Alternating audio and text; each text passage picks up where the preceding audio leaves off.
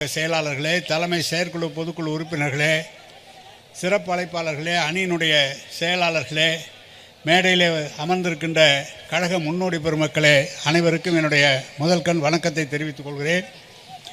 எந்த இடத்திலிருந்து ஆரம்பித்தோமோ அந்த இடத்திலிருந்து மிக சிறப்பாக ஒரு கலைஞர் அறிவாலயத்தை கட்டுகின்ற பணிக்கு அடிக்கல் நாட்டு விழா நடத்துவதிலே எனக்கு மிகப்பெரிய பெருமை.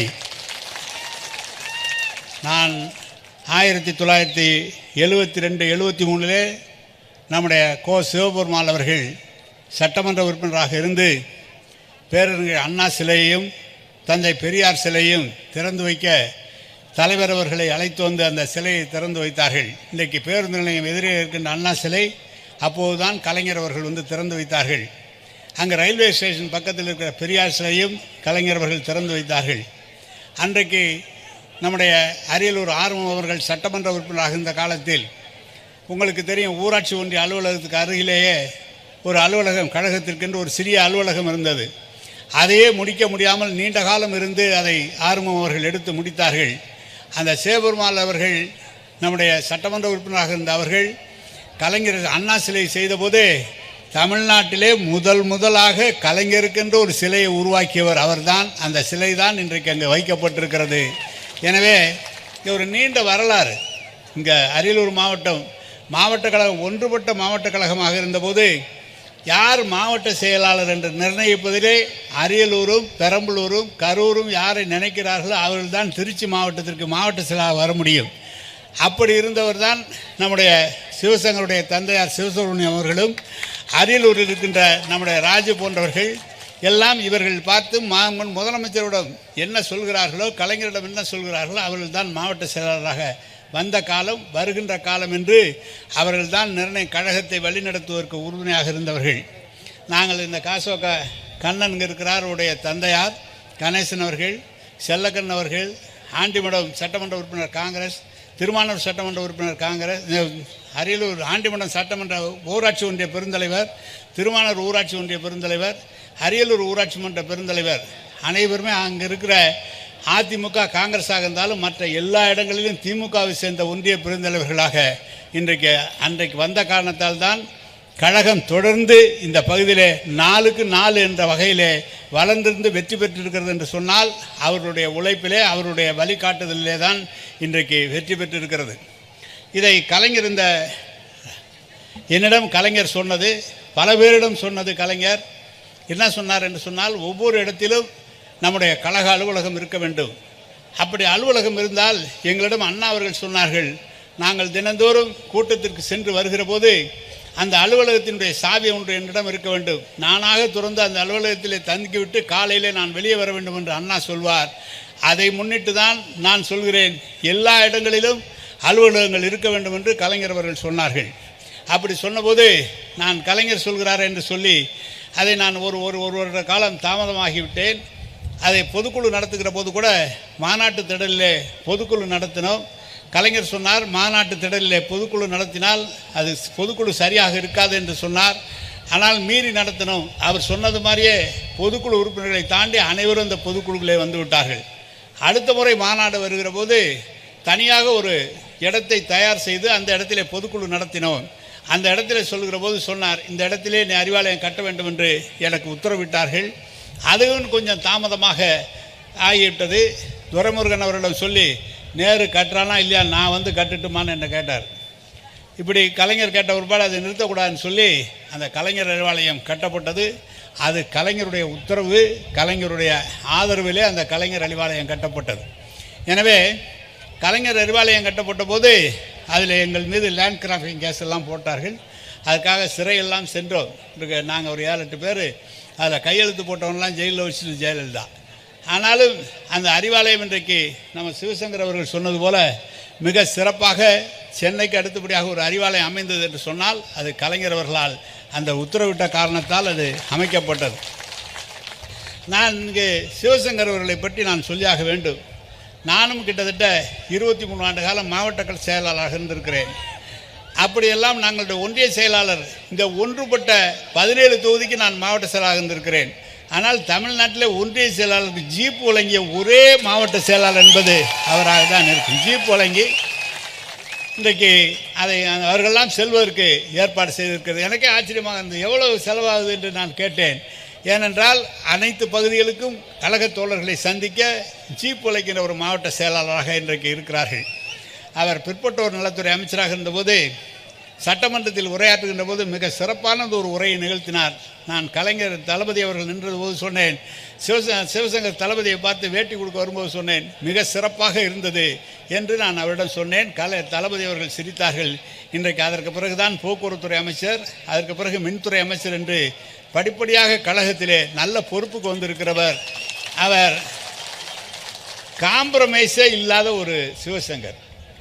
அவங்க பாமகக்காரங்க எது சொன்னாலும் சரி, மற்றவங்க எது சொன்னாலும் சரி, அதுக்கு சரியானபடி பதில் சொல்கிற ஆள் அவர் ஒரு ஆள். சட்டமன்றத்தில் பதில் சொல்லக்கூடியவராக இருக்கிறார். அது தலைவருக்கும் தெரியும். இப்படி நின்று பார்ப்பார், அவருடைய சைடில் பின்னால் உட்காந்துருக்காரா, உடனே எந்திரிச்சு பதில் சொல்லக்கூடிய அளவிற்கு தலைவரால் அடையாளம் காட்டப்பட்ட ஒரு அமைச்சராக இன்றைக்கு இருக்கிறார்கள். எனக்கு அதுதான் பெருமை. இன்றைக்கு சமுதாயத்திலே அண்ணன் துரைமுருகன் அவர்கள் இருக்கிறார்கள். எங்களுக்கு அருகிலே இருக்கிற பொதுச் செயலாளர் பன்னீர் MRK பன்னீர் இருக்கிறார்கள். இன்று ராஜேந்திரன் அவர்களும் இருக்கிறார்கள். ஆனால் சம்பந்தப்பட்ட பிரச்சனை வருகிற போது அதை பேச சொல்வது சிவசங்கர் அவர்களை மட்டும்தான் அவர் பேச சொல்கிறார்கள். எனவே அவர் பேசுகிற போது சொன்னார், 4 தொகுதியை மீண்டும் வெற்றி பெற்று கலைஞருக்கு ஆதரவாக நம்முடைய தளபதியை மீண்டும் முதலமைச்சர் ஆக்குவோம் என்றெல்லாம் அவர் சொன்னார்கள். நிச்சயம் இந்த பகுதியில் வெற்றி பெறும், அதில் எல்முனை அளவு கூட சந்தேகம் இல்லை. இந்த அரியலூரை பொறுத்தளவு நான் சொல்லியாக வேண்டும். கழகம் 17 சட்டமன்ற தொகுதியில் ஒரே ஒரு சட்டமன்ற தொகுதி 77 திருச்சியில் நம்முடைய மலர்மன்னன் வெற்றி பெற்றார். 80 வெற்றி பெற்றார். ஆனால் 77, 80, 84 என்று தொடர்ந்து 3 முறையும் வெற்றி பெற வைத்த தொகுதி அரியலூர் தொகுதியில் இருக்கிற கழக தோழர்கள் தான் வெற்றி பெற வைத்தார்கள். எனவே தான் இந்த பகுதியிலே கழகம் மிக சிறப்பாக வளர்ந்து வந்திருக்கிறது. இன்றைக்கு ஜெயங்கொண்டமும் அதே போல் குண்டமும் பெரம்பலூரும் மிகப்பெரிய அளவில் வளர்ந்து வந்திருக்கிறது. கலைஞர் அவர்கள் வாரணாசி சமத்துவபுரத்தை திறந்து வைக்க தஞ்சாவூரிலிருந்து வந்தபோது நமது அமரமூர்த்தி கொள்ளிடம்பாலத்தில் அவருடைய சட்டமன்ற மேம்பாட்டு நிதியிலிருந்து விளக்கு போட்டிருந்தார், லைட்டு போட்டிருந்தார், ஸ்ட்ரீட் லைட். அந்த லைட்டை திறந்து வைத்து விட்டு கீழப்புள்ளூர் தாண்டி வருகிற போது சொன்னார், ஏன் நான் அரியலூரை மாவட்டமாக அறிவிக்கக்கூடாது, இன்னும் அறிவிக்கப்பட்டவான்னார். அன்னைக்கு தான் முதலாக அரியலூர் மாவட்டம் என்று கலைஞர் அவர்களால் தொடர்ந்து ஆரம்பிக்கப்பட்டது. எனவே இன்றைக்கு ஒரு பெரிய மகிழ்ச்சி.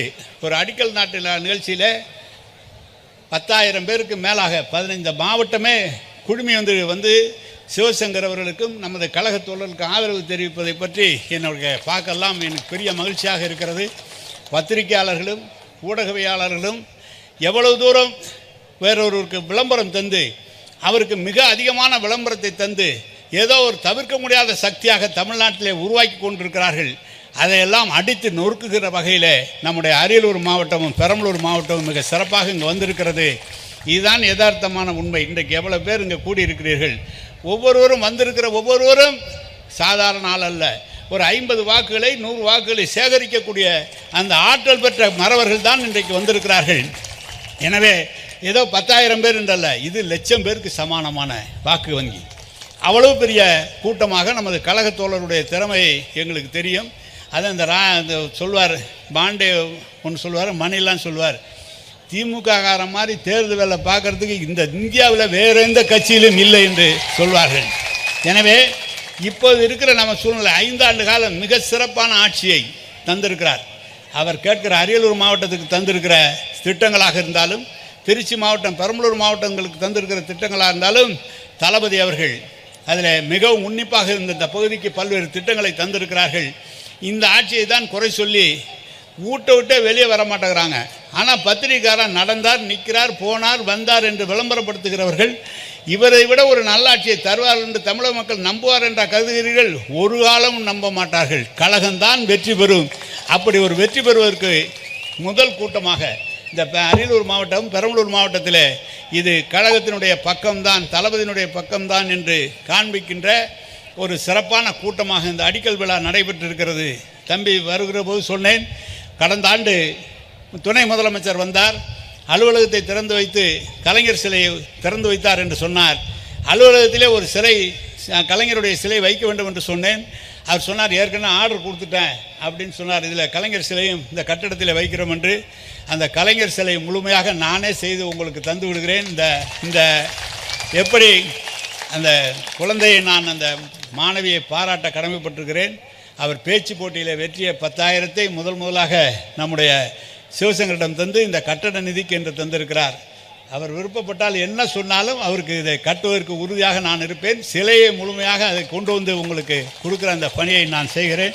எனவே கழக தோழர்கள், இன்னும் சொல்லப்போனால் இந்த திட்டங்களை எல்லாம் இப்படிப்பட்ட ஒரு ஆட்சியை மீண்டும் 96-2001 கலைஞர் ஆட்சி இருந்தது போல இனி தமிழகத்தில் யாரும் ஆட்சி செய்ய முடியாது. அவ்வளோ நல்ல திட்டங்கள். 2006-11 நம்முடைய கலைஞர் செய்தது போல யாரும் செய்ய முடியாது. அதே போல் இன்றைக்கு நம்முடைய முதலமைச்சர் இந்த 2021 26 வரை நடக்கிற இந்த திட்டங்களை செய்திருக்கிற எவ்வளவு சிரமங்கள். ஒன்றிய அரசு நம்மை எந்த நடக்க விடாமல் செய்கிற ஒன்றிய அரசு எந்த திட்டத்திற்கும் பணம் ஒதுக்காத நேரத்திலும் எந்த திட்டத்தை நிறுத்தாமல் தொடர்ந்து சிறந்த முறையில் ஆட்சி செய்கிற தளபதியினுடைய கரத்தை பலப்படுத்துவோம். அனைவரும் ஒன்றிணைந்து செயல்படுவோம். மீண்டும் தமிழ்நாட்டில் திராவிட முன்னேற்ற கழக ஆட்சியை தளபதி அவர்களை முதலமைச்சராக உருவாக்குவோம் என்று சொல்லி விடைபெறுகிறேன். வணக்கம், நன்றி.